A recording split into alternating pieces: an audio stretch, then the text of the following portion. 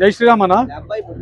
చూడొచ్చు అన్న, ఇది బాలాపూర్ మన చంద్రాయనగుట్ట నుంచి మొదలుకొని మన బాలాపూర్ మధ్యలో ఉంటది. బార్కస్ హనుమాన్ బండ అంటారు. ఇది దాదాపు 400 సంవత్సరాల చరిత్ర గల గుడి అన్న. ఇది ఆంజనేయ స్వామి టెంపుల్. ద్విముఖ ఆంజనేయ స్వామి అని పేరు. ఆ ఆంజనేయ స్వామి 2 రకాలు ఉంటాడు. వెనక సైడ్ ఆంజనేయ స్వామి, ముందు సైడ్ ఆంజనేయ స్వామి. అట్లా ఇప్పటి వరకు ఎవరు చూసుండొచ్చు, చూడకుండొచ్చు. అరుదైన విగ్రహం ఆంజనేయ స్వామి. ఇలా తెల్లవారుజామున 4 గంటల ప్రాంతంలో దుండగులు దేవాలయం మీద దాడి చేశారు. దాడి ఏం లేదు, కావాల్సుకొని చేసిరు అన్న దాడి. ఆంజనేయ స్వామి విగ్రహం ఇరిగింది అనుకుని వాళ్ళు నిర్ధారణ చేసుకుని ఇక్కడ నుంచి వెళ్ళిపోయారు. ఆంజనేయ స్వామి సింధూరం పెట్టి ఏమైపోయిందంటే ఆ సింధూరం ఉన్న ప్లేస్ లో బాగా ఒక బుద్ధలా ఏర్పడ్డది. అది ఇరిగింది అనుకొని పక్క జరిగింది అనుకొని వెళ్ళిపోయారు అన్నమాట. ఆ రకంగా ఆంజనేయ స్వామి దేవాలయం మీద దాడులు జరిగినాయి అన్న. ఈరోజు మీరు గమనించిన చూడొచ్చు. ఇది మనం ఈ భారతదేశంలో ఉన్నామా, బంగ్లాదేశ్ లో ఉన్నామా, పాకిస్తాన్ ఉన్నామా అర్థం చేసుకోండి. ఇది హైదరాబాద్ లా దాదాపు 40 దేవాలయాల మీద దాడులు జరిగినాయి. మన కాంగ్రెస్ గవర్నమెంట్ వచ్చినాక మరి గవర్నమెంట్ ఏం చేస్తుంది, మళ్ళీ పోలీస్ వ్యవస్థ ఏం చేస్తుంది? ఒకసారి సోదరులారా, హిందూ సోదరులారా అందరు గమనించండి. ఈ రకంగా ల్యాండ్ జిహాద్ జరుగుతుంది, లవ్ జిహాద్ జరుగుతుంది, ఫుడ్ జిహాద్ జరుగుతుంది, జిమ్ జిహాద్ జరుగుతుంది. ప్రతిదీగా చెప్పొద్దు, గోమాతలను చంపడము. ఈ రకంగా ప్రతి హిందువుల్ని టార్గెట్ చేస్తారు వీళ్ళందరూ.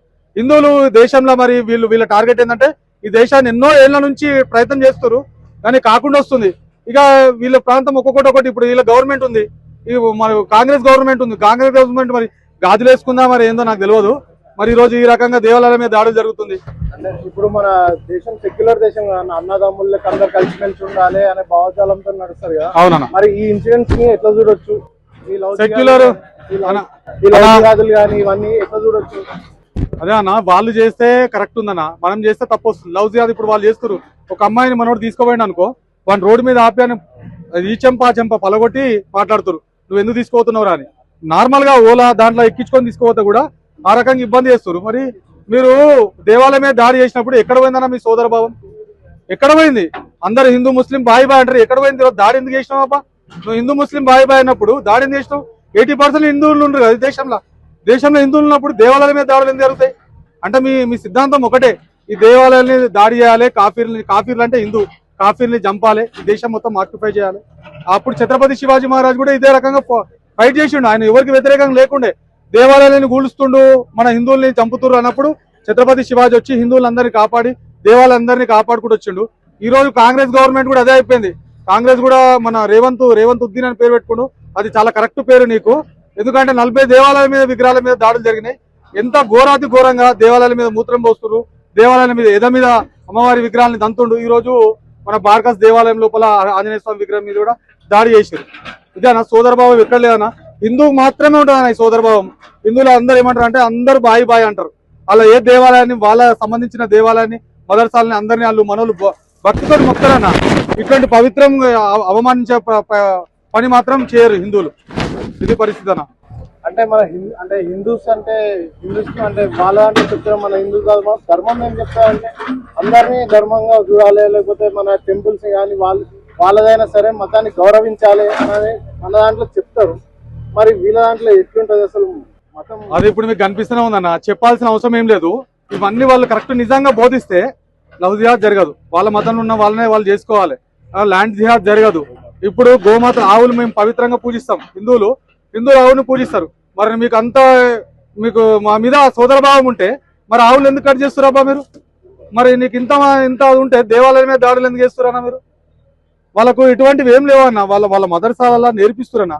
ఈ యొక్క కాఫీర్లను చంపాలి, కాఫీర్లు హిందువుల్ని చంపాలి, షరియత్ పాటించాలి, ప్రపంచం మొత్తము వాళ్ళ ఇస్లామిక్ కంట్రీ చేసుకోవాలి. ఇవే అన్న, మొత్తం దేశం మొత్తం కూడా ఇదే నడుస్తుందన్న. అంటే ఇప్పటివరకు జరిగిన దాడుల్లో దొరికిన వాళ్ళందరూ మతిస్థిమితంతో చేశారని ఆరోపణలతోనే వచ్చినాయి ఆన్సర్స్ లాస్ట్ కి. దానికి కారణం అన్న గవర్నమెంట్ అన్న. ఇక్కడ ఉన్న గవర్నమెంట్ బలహీనంగా ఉంది, ఇది కన్ఫామ్ అన్న. ఎందుకంటే దాదాపు 40 దేవాలయాల మీద దాడి జరిగినప్పుడు గవర్నమెంట్ బలహీనంగా ఉన్నట్టే కదన్న. బలహీనంగా ఉంటేనే కదా దేవాలయం మీద దాడుతుంది. ఈ దేవాలయం మీద ఇప్పటికి 3 సార్లు దాడి జరిగిందంట. ఇప్పటికి 3 సార్లు దాడి జరిగింది.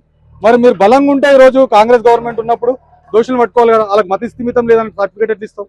దాడి చేసినాం సరే, ఒక్క దేవాలయం అనొచ్చు, ప్రతి ఏ దేవాలయం మీద దాడి చేయాలి? మతి స్థిమితం లేదు వానికి పిచ్చోడానికి సర్టిఫికేట్ ఇవ్వడము, లేదంటే వాడు ఏదో ఇంట్లో ప్రెజర్ వల్ల ఈ రకంగా చేసిండు, లవర్తో కొట్లాడిండు, భార్యతో కొట్లాడిండు, ఇట్లా సిల్లి రీజన్లు చెప్పి వాళ్ళని గవర్నమెంట్ కాపాడుతుంది. కాంగ్రెస్ గవర్నమెంట్ ఇక్కడైనా బుద్ధి తెచ్చుకోండి మీరు. అరే హిందూ సోదరులారా, సెక్యులర్ భావాన్ని వదిలేసేయండి. హిందువులు బాయి, ముస్లిం బాయి కాదు.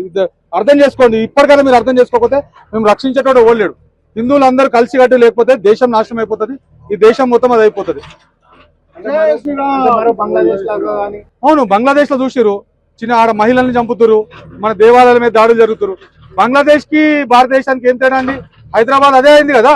ఇప్పుడు బంగ్లాదేశ్ లో దేవాలయాల మీద దాడులు జరుగుతున్నాయి అంటే బంగ్లాదేశ్ ముస్లిం దేశం. మరి భాగ్యనగరంలో మన ఇండియాలో 40 దేవాలయాల మీద దాడులు జరిగినాయి అంటే బంగ్లాదేశ్ భారతదేశం ఒకటే కదా. హిందూ సోదరులు ఇది గమనించాలి అందరూ. అయితే అన్న ఇక్కడ ఇంకా మరింకేమైనా దేవాలయాలు ఉన్నాయా? ఇటు చుట్టూ ఏమైనా హిందువులు ఏమైనా నివసించే వాళ్ళ, లేకపోతే ఇక్కడ టెంపుల్ ఎట్లా వచ్చింది? ఈ ఏరియాలో ఏమైనా ఇంకా టెంపుల్స్ ఏమైనా ఉన్నాయా మన వాళ్ళు టెంపుల్ ఉందంటే చుట్టుముట్టు కంపల్సరీ హిందువులు కంపల్సరీ ఉంటారు.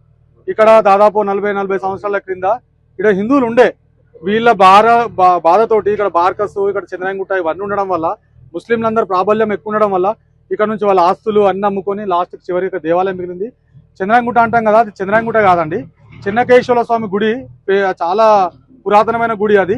ఆ గుడి చెన్నకేశ్వర స్వామి గుట్టని చంద్రాయణగుట్టగా మార్చారు కాలక్రమేణా. ఆ చంద్రాయణగుట్ట కూడా నిజాం నవాబుల నుంచి కూడా ఉందండి. మీరు ఒకసారి దాన్ని హిస్టరీ చూస్తే మీకు తెలుస్తుంది. చంద్రాయణగుట్టలో మన ఈ చెన్నకేశ్వర స్వామి గుడి ఉంది. అతి పురాతనమైన గుళ్ళన్నీ ఆడున్నాయి. దాదాపు ఒక 500-600 సంవత్సరాల నుంచి ఆ గుళ్ళన్నీ ఉండే. ఆ గుళ్ళ మీద కూడా దాడులు చేసి చివరిగా కొన్ని దేవాలయాలు మాత్రమే మిగిలినాయి అన్న. అయితే పోలీసులు ఏమన్నారా లాస్ట్? పోలీసు వాళ్ళు నార్మల్ గా ఇప్పుడు చెప్పే సేమ్ రొటీన్ అన్న. వాళ్ళు ఏదో పట్టుకుంటాము, చట్టం ప్రకారంగా శిక్షిస్తాము, వాళ్ళ గురించి ఎత్తుకుతున్నాం, ఇన్వెస్టిగేషన్ చేస్తున్నాం. ఇదే సేమ్ రొటేషన్ 40 దేవాలయాల మీద దాడులు ఎట్లా చేసుకుంటూ వచ్చారో సేమ్ ఇదే రోజు కూడా అదే వాళ్ళు ఆన్సర్ ఇస్తున్నారు అన్న పోలీసు వాళ్ళు కూడా.